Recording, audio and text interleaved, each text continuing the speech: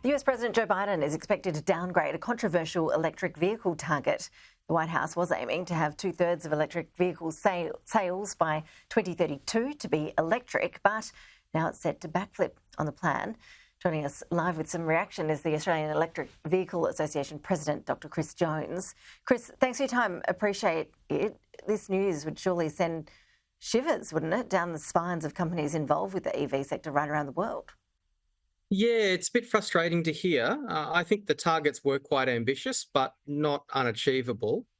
Without a doubt, this is a big pivot for the auto manufacturing industry in the USA. So the challenges are certainly real.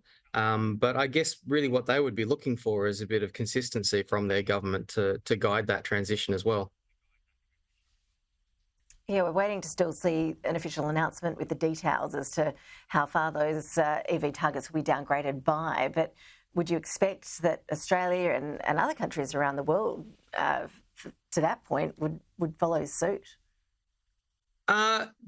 Possibly, but not for a little while. Australia is an importer of vehicles.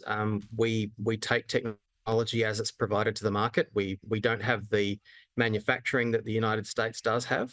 And so that's probably what's complicating a lot of Mr. Biden's goals is the United Auto Workers and the likes of General Motors, who, to be fair, have been really quite tardy on the uptake of EVs. Generally, the auto industry, particularly the likes of GM, they're not fans of electric vehicles. They can't make as much profit per vehicle when they sell them. There's very little servicing required with these vehicles, and parts are not really a market for them to make money off of. So they're not particularly keen on selling them. So I'd say that's where some of this pressure has come from. On the other hand, in Australia, where, like I said, we're a net importer, we will ultimately end up getting whatever the market can provide us with. So I'm not sure that will have any impact on us just yet. So, Chris, when we look at the state of play in the Australian market, what is the percentage of new cars that are now EVs? What's the uptake like? So a little over 8% of all new vehicles sold in Australia last year were battery electric vehicles. It could have been a little bit higher if not for a ship carrying EVs being turned around for quarantine reasons.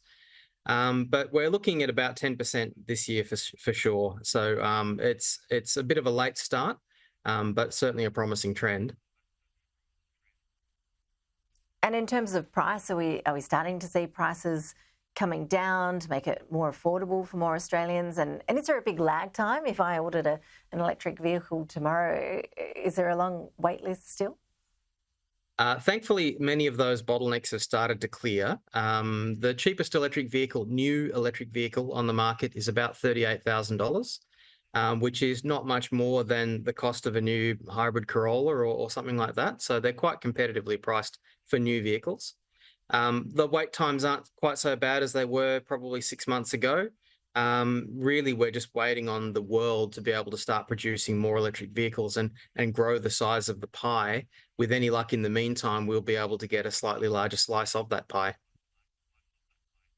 Because the uptake here in Australia has been pretty low compared to comparable countries, hasn't it? It is, but it's starting much later. So we're starting from a much smaller base. The growth in EVs in Australia is actually catching up surprisingly well. EV sales are steadily growing year after year. So there's no real sign of a slowdown that we can see. But yeah, the supply, much further back up the chain, the supply of new vehicles is going to be constrained by manufacturers' ability to tool up to start making and manufacturing more electric vehicles en masse.